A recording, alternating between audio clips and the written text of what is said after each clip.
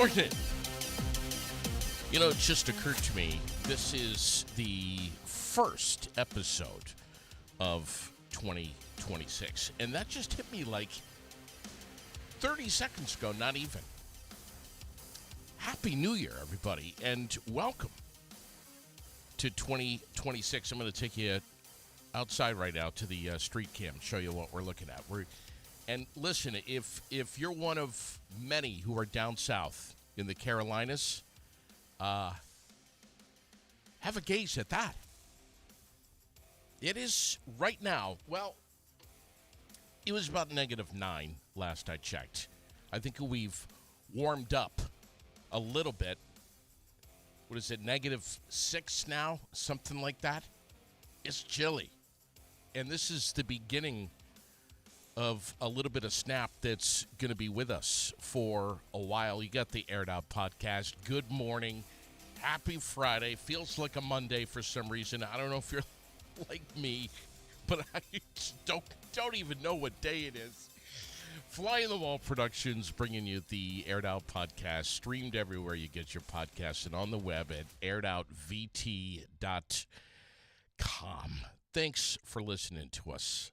Wherever you are, wherever you're going, wherever you are right now. Whether you're sitting by the stove, whether you're commuting to work, whether you're enjoying your morning coffee, appreciate your eyes and your ears. Good news, the water main break on Pleasant View Street in Montpelier has been repaired.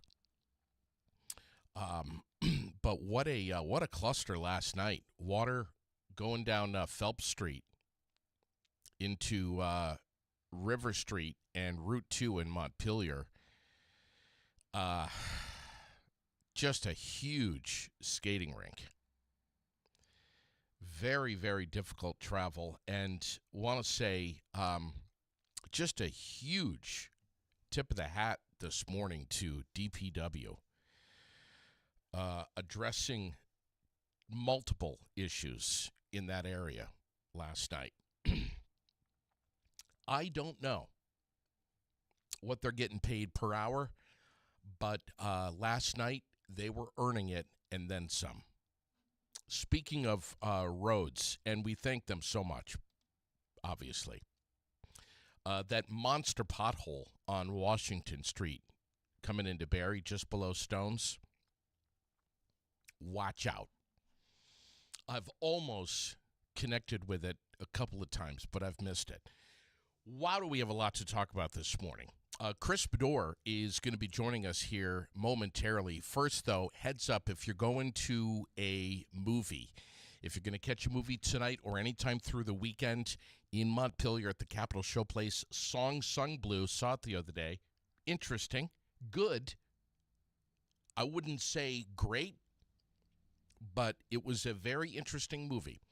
Marty Supreme, Housemaid, Avatar, Fire and Ash, and then over at the Paramount Twin just down the road here in Barrie, Anaconda, and the SpongeBob movie. Tickets are on sale right now for Primate, Greenland 2, Migration, both out Friday, this coming. Yep, skip the line, grab your tickets, fgbtheaters.com. Find them on social media, too. Instagram as well. Updates, showtimes, special events, all that stuff. I want to say a special congrats this morning to Chris Massey and Erica Q, engaged on the 31st. Nice going, Chris. Good job. Very big congratulations to both of you. Was quite delighted to see that on social media last night. Birthdays today, Scott Campbell, Brandon Gray, Penny Copeland, Rob Gumier, Daniel Kelly, Crystal Gallagher, James King Sr., Travis Henry, and Sarah Wilson. Sun to start out the day today, clouds in the afternoon, and it is going to remain cold. We're looking at daytime highs today only around 16 degrees. Again, it was -9 this morning at my house.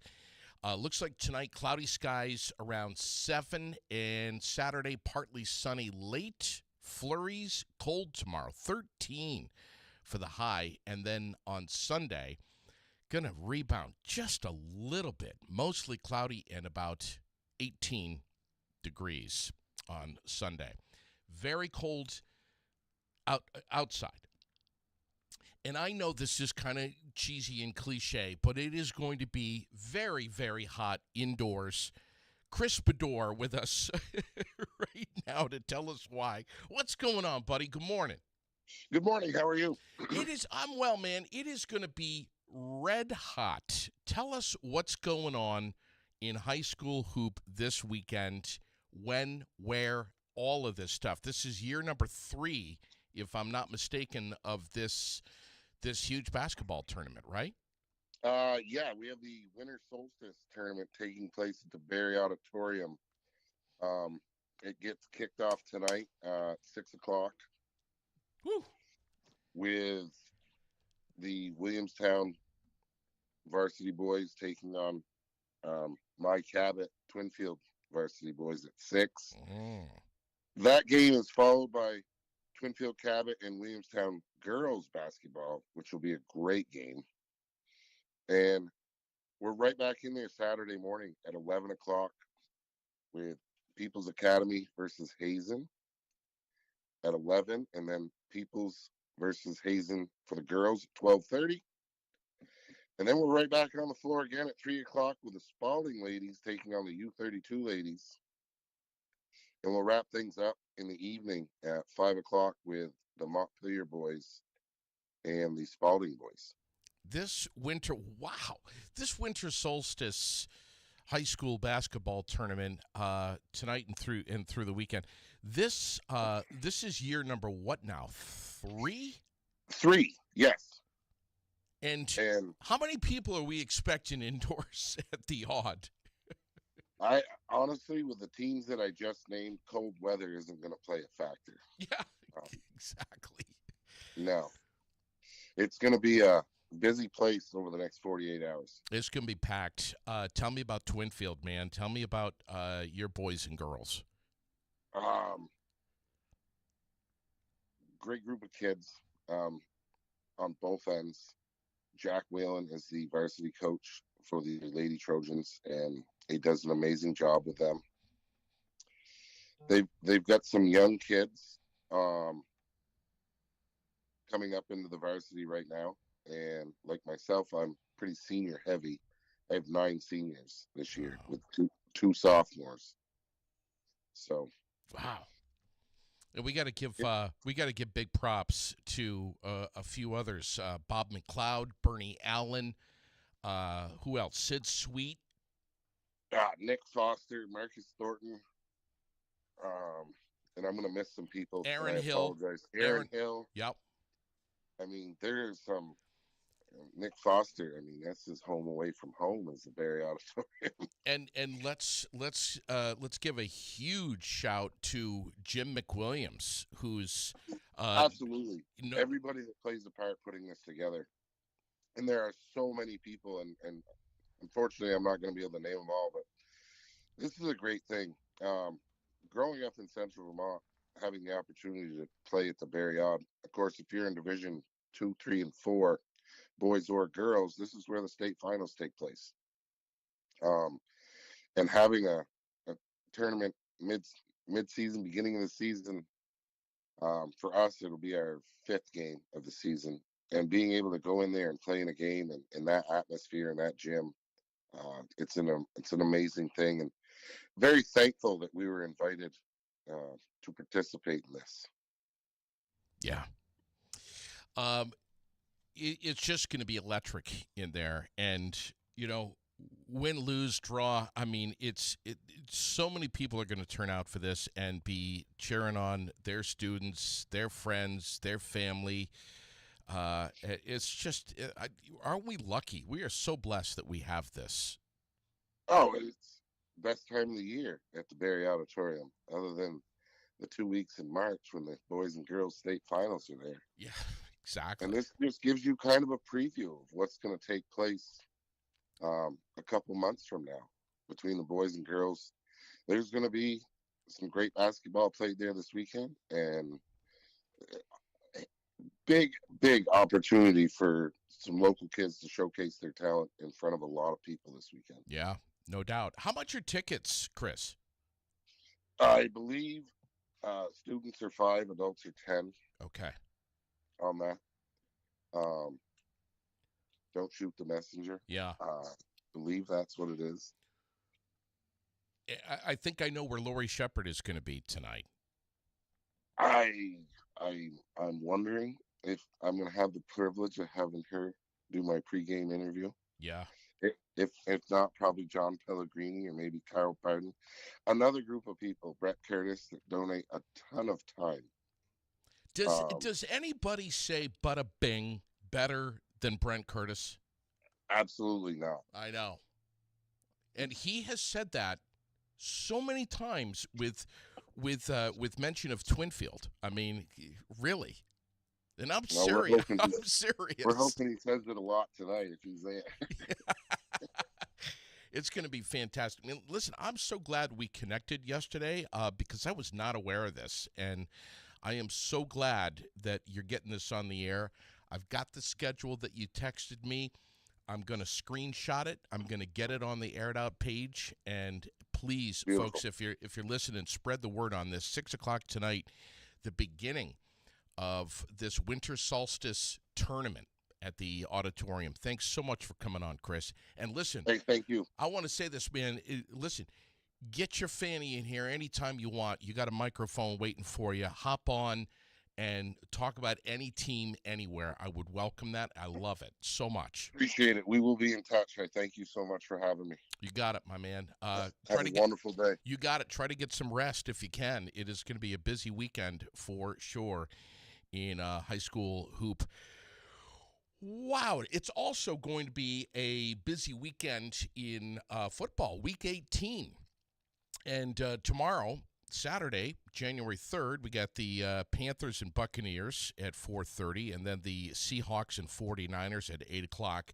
Sunday is going to be just jammed. If you're a football person, make sure you're popping plenty of popcorn on Sunday.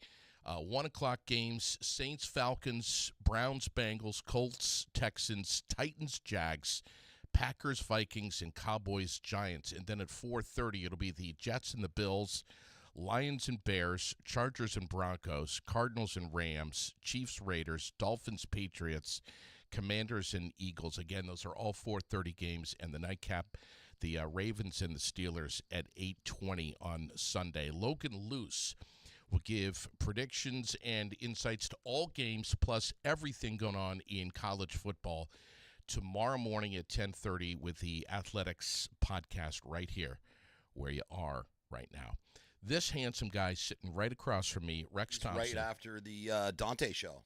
Yes, Dante tomorrow morning 9:30. at 9:30. 9:30. We do it 9:30 sharp every day. For folks that are not familiar with Dante, we got a whole... How is anybody not familiar with Dante at I'll this tell you point? what. I mean, his views, we get 4,000 views in a matter of an hour. Couple of hours. Yeah. Here's the thing. We have a whole bunch of new followers just in the last couple of weeks here. So please do tell folks that are new to Aired Out who you are and what you do on Saturday mornings right here on Aired Out. Please. Yeah. So Dante is my special friend. My name is Rex Thompson. Yeah, we know that. Everybody knows Wow. that. Yeah, they do. For good or bad, they know. For good or bad. Good or bad, they know. So every Saturday morning at 9:30, I do a private lesson with an autistic teenage boy. His name is Dante. Mixed martial arts. Jiu-jitsu. Yeah, self-defense. Okay. The curriculum that I do with him is specifically pin escapes, grip breaks, so people can't hold him down and beat him up. Which happened. It did. Yeah. They didn't beat him up, but they held him down and sat on top of him. Yeah. Okay. So I'm a jiu-jitsu instructor for Granite City MMA. Granite City MMA underneath Lucas John. He's the owner up there. He's the one that gave me my black belt. So What a lot of people don't understand, they think like, oh, it's just he sat on him. Yeah. I would encourage you to come into a jiu-jitsu gym, roll for 2 minutes. At the end of that 2 minutes, see how you feel when somebody just sits on top of you and you can no longer move. Yeah. And you can't get out. It is the most vulnerable you can feel. It's Sure. the most it's hard. Yeah. It causes a problem. And I can tell you that most women have felt that. Very few men have. So they don't understand it. So when they see a cop kneeling on somebody and the guy's crying and he's panicking, you have no clue the panic that does to somebody to be restrained, not be able to move, and then also someone put pressure on you. What you do with Dante, who's, what is he? Is he 20? 18. 18 years old. Mm-hmm. What you do with him is there's a lot. This is far beyond just like He's my friend. Self-defense and getting out of situations. This is about camaraderie. It's about love. It's about understanding. It's about patience. But it's also about just connecting with someone. And because loves he it. doesn't get that. I mean, and that's the thing is people don't understand and they don't want to understand autistic people. Yeah. And so if they do something strange or awkward that they don't understand, Sure. they view it as if a normal person. Yeah, like if I did something off the wall, they'd be like, Rex, that's a little crazy. But for you know what I mean? Yeah. So they don't understand it, and they compare them to their brain the same to a normal person's brain, and that's just not the way that it is. It's amazing what you do, and this is. I've learned so much from him. I know you have. This is I think many people have just from watching you and Dante on Saturday mornings. It's live right here tomorrow morning, 9:30, and it'll be live on YouTube as well. And it's what it is it's kind of the ending of your time with him, and it's more or less kind of a reward to him. At the end, he likes to live stream. So I think that's great. That's his reward. He gets to talk to his fans. Right. And as you can see, like when I first started with him, he was pretty much nonverbal. Right. And he's getting more and more. He's opening up a lot more. Yeah. And that's awesome. Brian's saying that 4,000 views are probably fake. They just have their friends keep pressing refresh. I wouldn't make a video of myself rolling around with a child. Good way to reach to catch a charge as soon as someone gets mad. Just ask Kim Willis. Isn't that nice? Don't we love starting the day like that? Dude, you're a shitbag. You're a fucking piece of shit. 100%. Wow. Go fuck yourself. How about don't follow us? Yeah. That's how I feel about people like that no more. Amazing. You just got as much energy out of me that you're going to get. Yeah. That's I won't delete it. I'll leave that up there. I don't care. Yeah. Amazing. The Barrie City Overnight Warming Shelter at the Barrie Congregational Church opened last night. It is frigid, and it's going to be, folks, here for quite a while. 35 Church Street is where it was. Please, if you can, share this information, this resource with anybody that you know that may need protection from the frigid temperatures. If you or someone that you know is experiencing homelessness, please reach out. It's not just the Barrie Congregational Church, but I'm going to give you Tess Taylor's number here in just a second. But they also have warming space Monday through Friday from 7 to 10 over at the Good Shepherd Church at 39 Washington Street.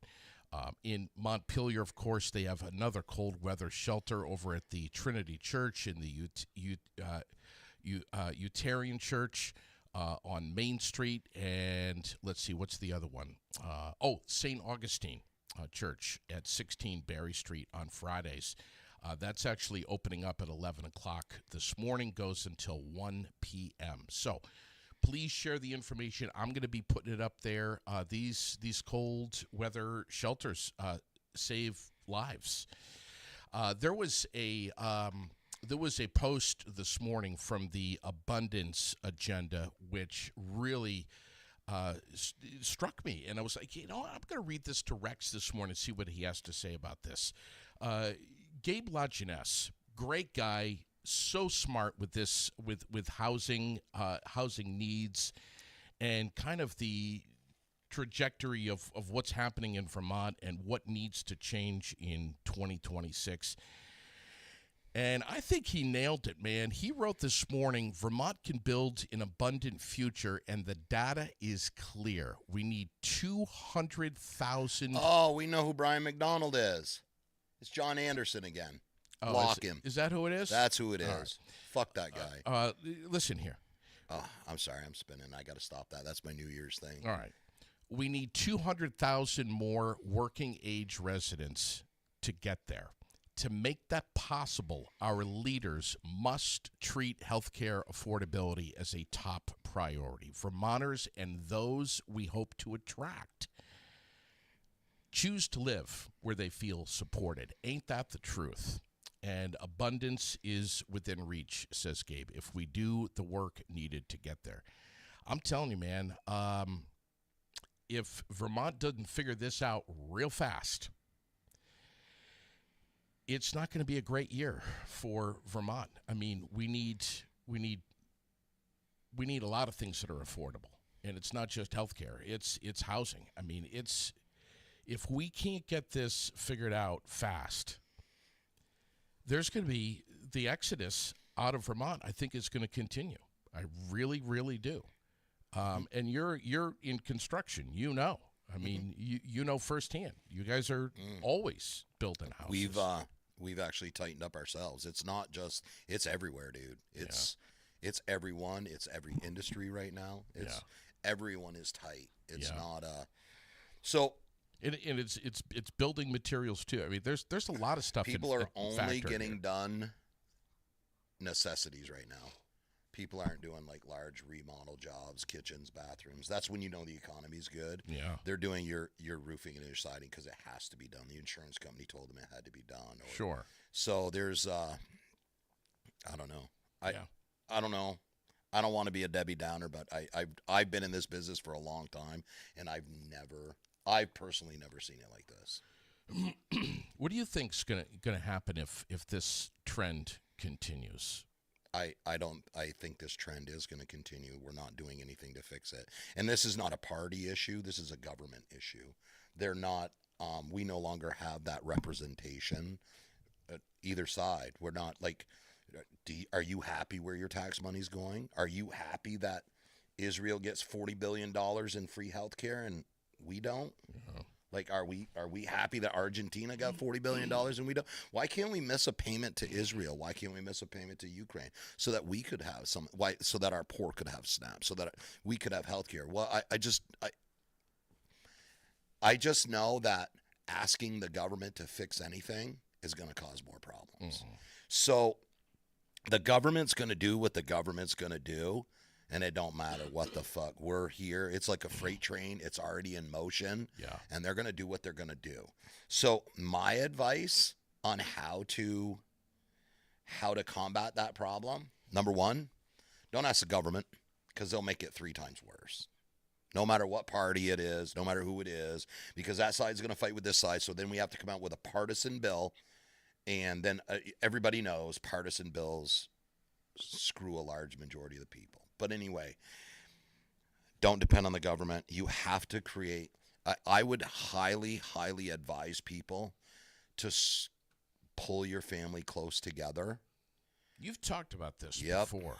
Keep your family close together. Start learning how to run a homestead. Start learning how to don't throw your kids out. Land. That was a government scam to throw your kids out at 18 years old. That was to create 10 different mortgages, 10 different debt payments, 10 different everything. That's why we only have 1 or 2 kids now.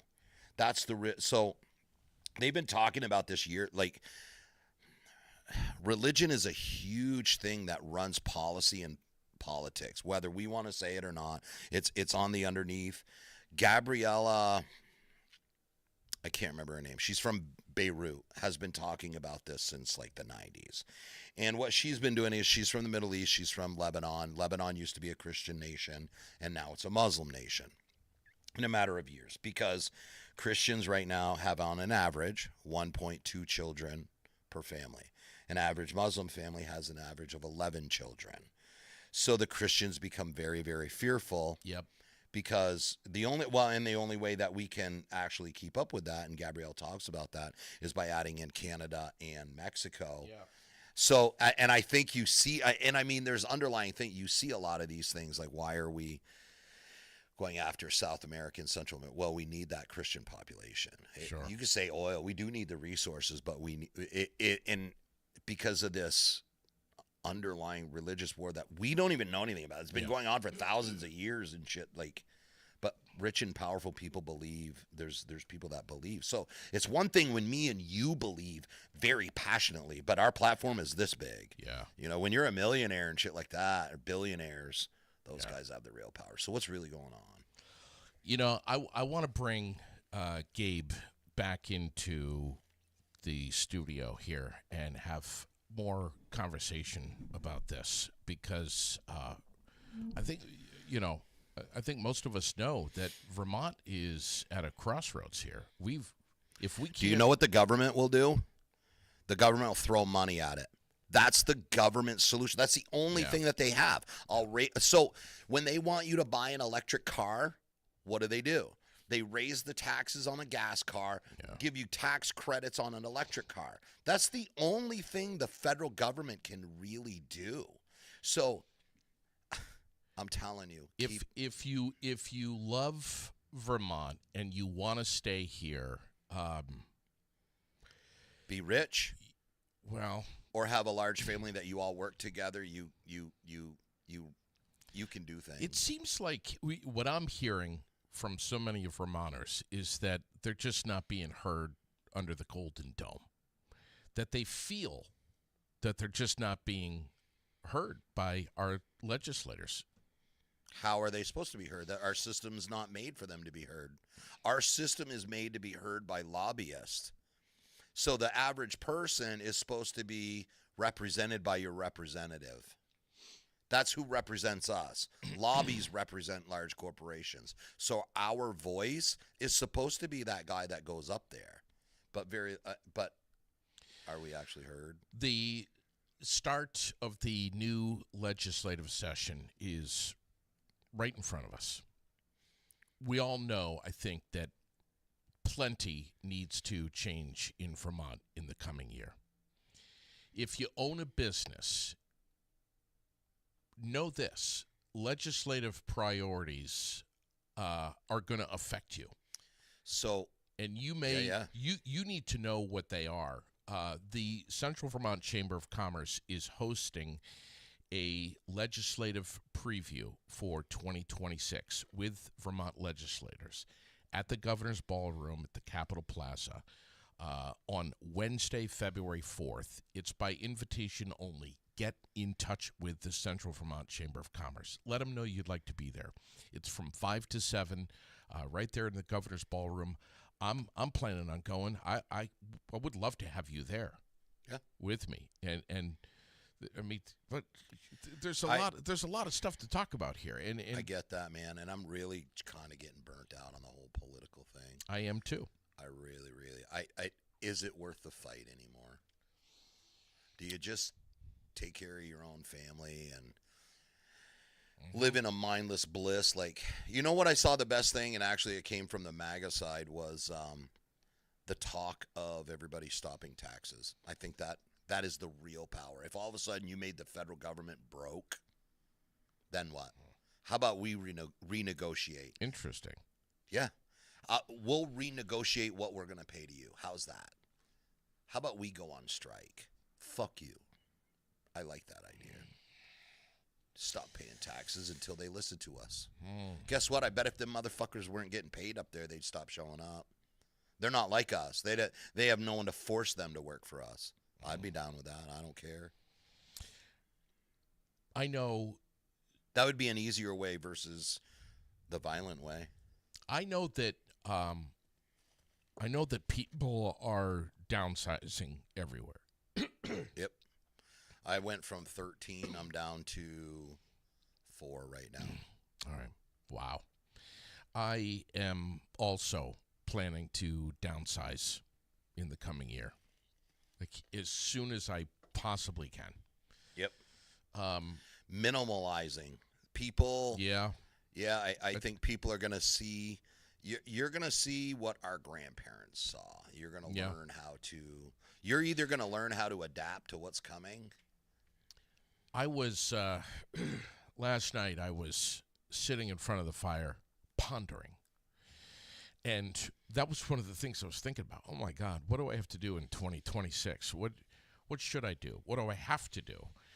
And those are two different things. But one of them was all the stuff I got.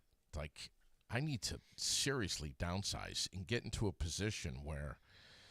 Oh no, I'm building an apartment in my garage for my in-laws. I'm bringing everybody. No, I'm together. saying downsizing stuff. Yeah, just stuff. Yep. Oh, yeah, that's like the same God, thing. Like man. I'm selling my excavator right now. Yeah, I had I saw that thing that. for 5 years. I put 287 hours on it. It's been sitting on my lawn for 2 months now. Yeah. So I just, that was another part when we expanded. Go to that, and it just, man, it's tough. Another thing is I know another thing when it comes to housing, these ADUs, the accessory dwelling units, are really starting to become more and more attractive. I don't know why everybody just doesn't build all it is making 36-inch doors in a bathroom big enough to move you should absolutely do that anyway. When I build a one-story home, I make sure that all the interior doors are 36 inches. Yeah. We usually try to have at least one handicap shower. It's not that much of an extra cost. It really isn't. They're perfect for in-law suites, like you said. Your kids, if they need some temporary housing, you got relatives that are visiting. What have you? And the thing is, a lot of people, or you get into a huge battle with your wife, right? And you want to go out and spend the night in your Don't ADU. do that. Don't do that. I'm just saying. Don't work it out. Work. Have the hard conversations. Don't avoid them. Avoiding them makes them worse. So my wife is an avoidance. Backyard cottages. Yes. 100%. So, and that's the thing. A lot of people think that you need 20, 30 acres of land to have a homestead. I literally have 1.75 acres. I have chickens. I have a little house built. I have my house. I have a pond. I have a pool. My daughter has her little in-law. Yeah. My son has a lot right there to build. You don't need a lot to keep your family together, especially when you all work together. You pool your money together and you work as a family. Yeah. That's how you do it. That's how the rich have done it for years.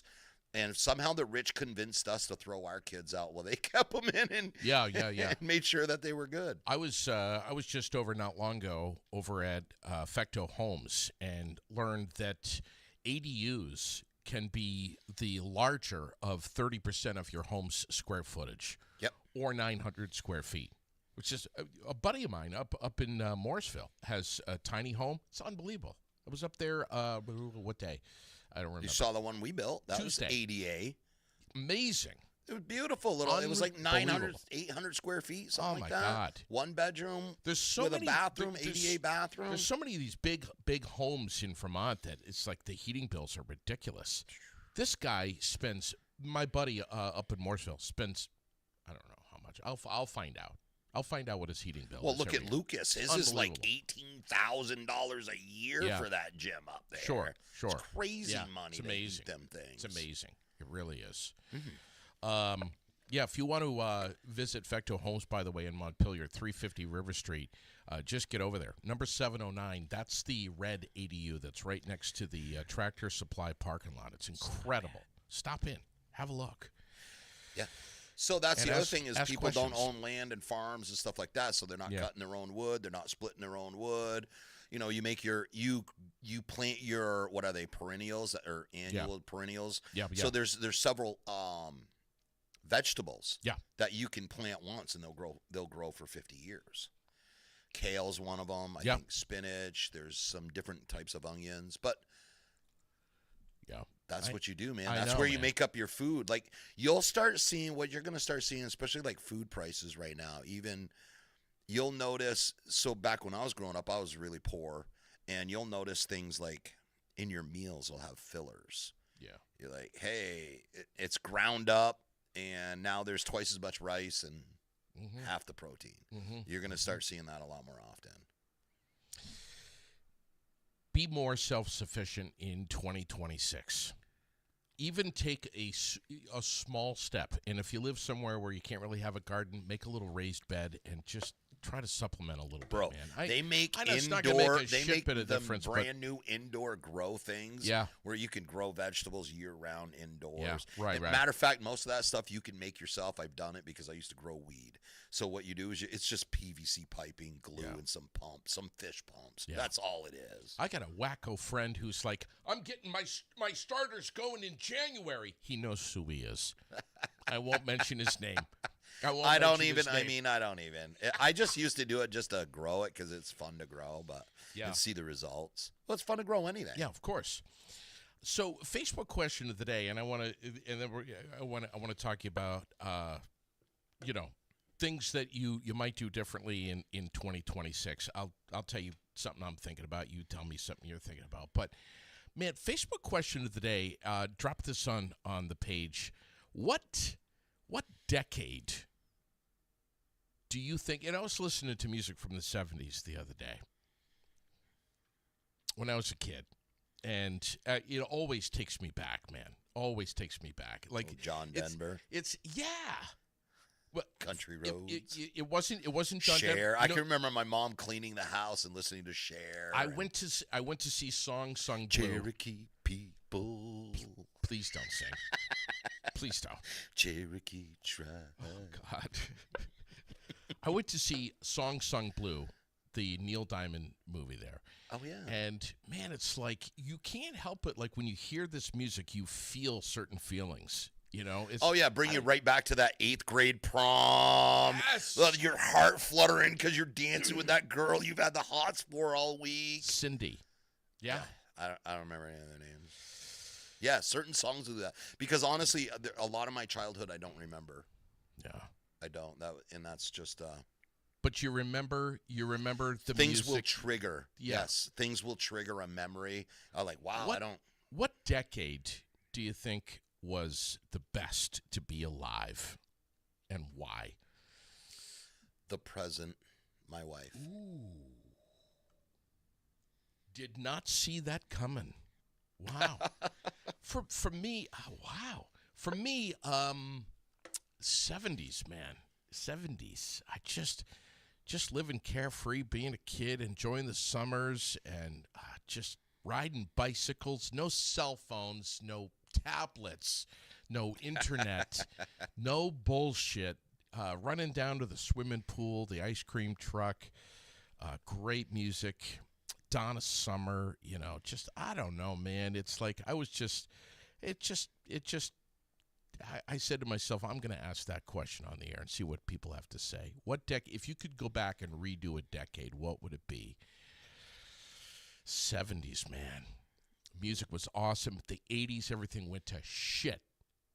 Duran, and I fucking love Duran. What are you kidding me? Oh, but I was on the West Coast, so Ordinary World, great, yes, great song. What was the other one? Wolf. Hungry Like the Wolf. Hungry Like a Wolf. Yeah. But that just Milli Vanilli and I wasn't in the Milli Vanilli, but shit, that was Duran. I got turned on to out on the West Coast. The Ramones. Ramones are awesome. I went and saw them out in Seattle. I didn't even know who they were. You remember Thomas Dolby? She Blinded Me with Science. Oh yeah. Flock of Seagulls. Quiet Riot. Quiet Riot is very good. Yes. That was my first cassette tape. Yeah. That and Olivia Newton-John. I don't know why my parents get me that. God, what? They gave me a Walkman, so that was the big gift that year. I had a Walkman. And I got 2 tapes that came with it. Did you have Olivia Newton-John? Yeah, Olivia Newton-John and Quiet Riot. Like, bro. That's okay. My dad picked a cassette and my mom picked a cassette. It's perfect. I still have a crush on Olivia Newton-John. Oh yeah. Still. Yeah. And she passed away. Breast cancer, I think. Oh, no shit. Yeah. Oh, God. Had the poster. Oh. The Olivia Newton-John poster. God. And those black spandex pants. Oh. No, it was the leather pants in Grease. Yes, Grease. Black, spandex, leather, whatever. God. Oh.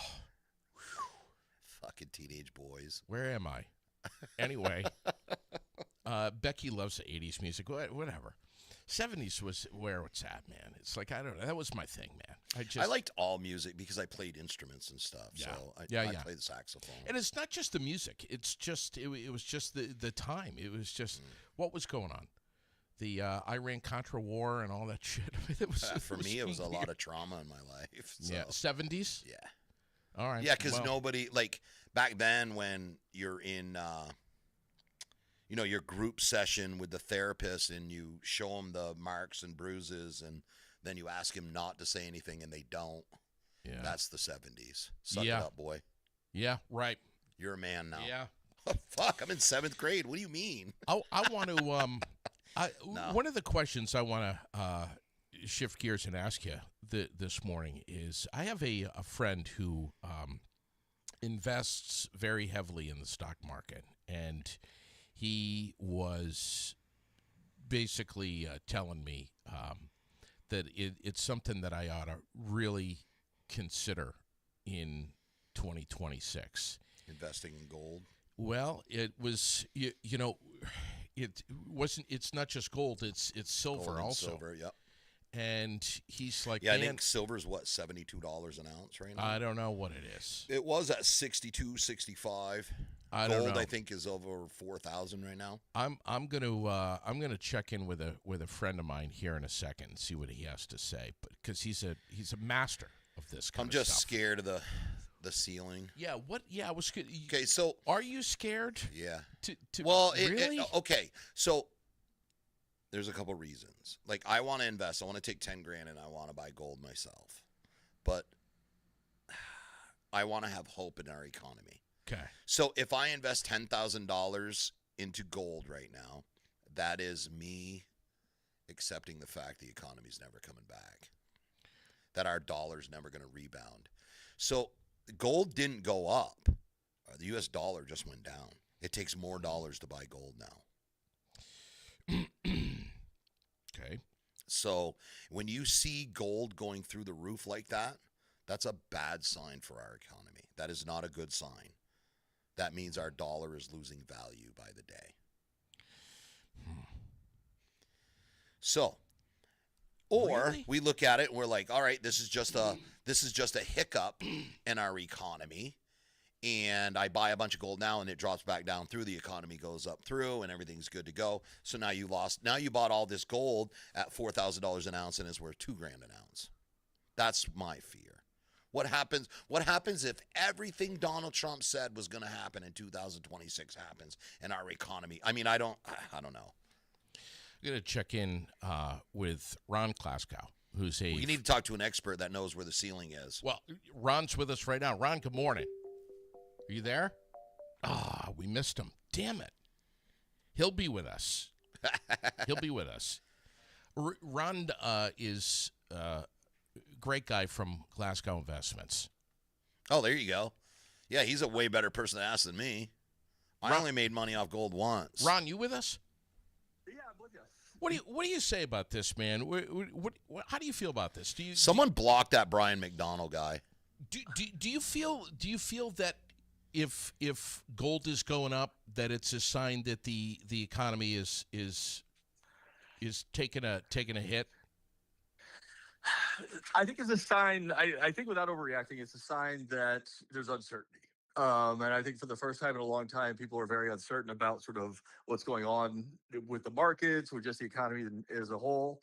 And right now, we kind of have this situation where everybody's wanting interest rates to be cut, but if interest rates get cut, that really doesn't bode well for unemployment. But it doesn't bode well for inflation, but it helps unemployment. And those are the two big concerns right now. We got to keep inflation under control because it was so high previously. And then unemployment is always an issue. So I think people are just a little bit worried going into and stocking up on gold and silver for that matter. Yeah, I mean, just Monday, prices of gold and silver hit record highs, man. I mean, gold has risen 10% over the past month. Yeah, there was, it took the biggest drop in 5 years last week, but then it rebounded very quickly. So it's trading very erratically, and that's something to watch too. The other thing to remember is there's an awful lot of ETFs out there. They've really sort of dominated and taken over the world from mutual funds. It's a lot easier to buy a gold ETF, and people are buying those in bulk. So that's driving the prices a bit too. But yeah, it's I have some gold. I'm curious to see where this thing tops out at. Yeah, Rex was just saying here that he's a little hesitant. I don't know where the ceiling is, and I'm afraid to buy. And I think the economy has to keep going shitty in order for gold to go up. And what happens if it rebounds or midterm something like that? Then the economy is gold going to go back down? Are we close to the ceiling? Yeah, I always look at those things. My crystal ball never worked. So if you want to own gold, you want to make it an allocation. Is now the best time to buy? Maybe not. You're at all-time highs. Will it come down? I don't know. Your guess is as good as mine on that. But if you're making an allocation, you hold it for the long term, I think you're going to be fine. I think 10 years from now, gold's going to be more expensive than it is today. I mean, I was just telling Rex before we went on the air this morning that I've got a friend who's got a couple $100,000 of gold in a safe in his house, and he's like, "Dude, you're crazy! If when the shit hits the fan, you've got to have some gold." Or you buy poor man's gold, which is silver. What say you, Ron? Yeah, I mean, those doomsday scenarios. I mean, to be honest with you, if we come into an end of days time, which people always allude to, sort of an anarchy type time frame, it's all kind of lost at that point. And gold and silver are nice, but it's really brass that you're going to need then. By brass, I mean bullets. So make sure you have some of those in Gardner's gold and silver if you think that's a possibility. Yeah. If you've ignored the gold rush, do you think it's too late to get in, Ron? Yeah, I mean, listen. Why are you buying it? Are you buying it because you want to make a long-term allocation to your portfolio, and you think gold and silver and precious metals are a good portion of your overall holdings? Yeah. Then look, the old adage says, invest when you have the money available. If you're trying to make a quick hit, if you're trying to trade, then I think I'd be a little leery at these valuations right now. But I've been wrong before. Yeah. Well, that's the same. So I made money on commodities back in the day when strike price. You could buy gold at $200. I bought a put option at that it would get to 300, and it went over 350, and I made a bunch of money really quick on a couple of them options, commodity options back in the day. Matter of fact, it was before internet. We had to use satellites because of commodities. That was the only way you could do it fast enough to keep up with the commodities and day trading. Yeah, it always makes you think of trading places. So that when people talk about commodities, the orange belly or orange juice, pork bellies, all that stuff. I've never done much with options and commodities personally. I know it's a very specialized skill set that some folks have. I don't. What gold right now over $4,000 an ounce? Yeah, was it? Well, it hit 4,200 a while ago, so I think it's at 43.59, something like that. What does that say about the American dollar's value? Yeah, great question. Yeah, the dollar's been devaluing, so that's another reason to buy gold. If you're worried about the dollar, that's an issue. That's what my buddy was yelling at me a few days ago. Same thing.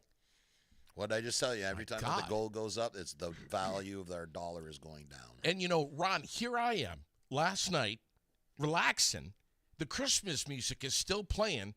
My buddies just lectured me. And then I got Burl Ives singing silver and gold, silver. I'm like, somebody's talking to me here, man. I'm seriously, I'm thinking about it in the coming year. What about crypto? You got any thoughts on that?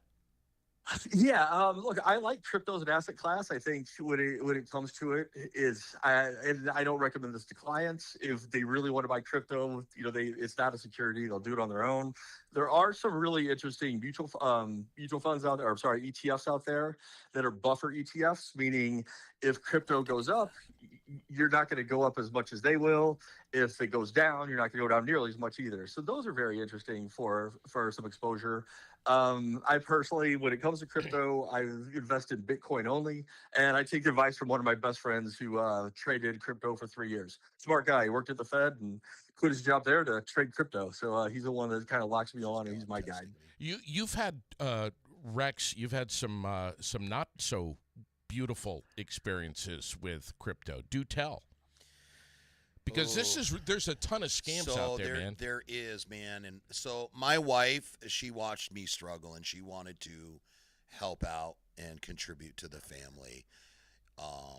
So she thought she was getting into a legit job of trading for a company. They're like, you use our money, or that we just need you. You put it in, and she didn't say anything to me. Then she came to me. She's like, "Can I borrow $1,000? I need to put $1,000." I was like, "What is going on?" And I didn't really think anything. And then she said it again, and I could see like she was getting nervous. She needed I was like, "What is going?" I said, "You know what, Brenda? You've gone along with me on every crazy harebrained scheme I've ever thought of. Any adventure I've done, you've supported me. Yeah. So 100%, I'm going to give you $1,000." She goes, "I promise you, you're going to have it back this afternoon." Perfect. No problem, baby. She fucking, next thing I know, a few hours later, she's sitting next to me on the couch and she's bawling. And I'm like, "You lost $1,000. And she's like, "I don't want to." She goes, "I just need $4 more thousand." I was like, "Wait a minute. You need to sit down and you need to tell me what you're doing." And she's like, "Well, I wanted to surprise you. I built this up." And I was like, "I don't care about the $1,000. You lost $1,000. I've lost more than that throughout life. It's just $1,000, Brenda. It's not."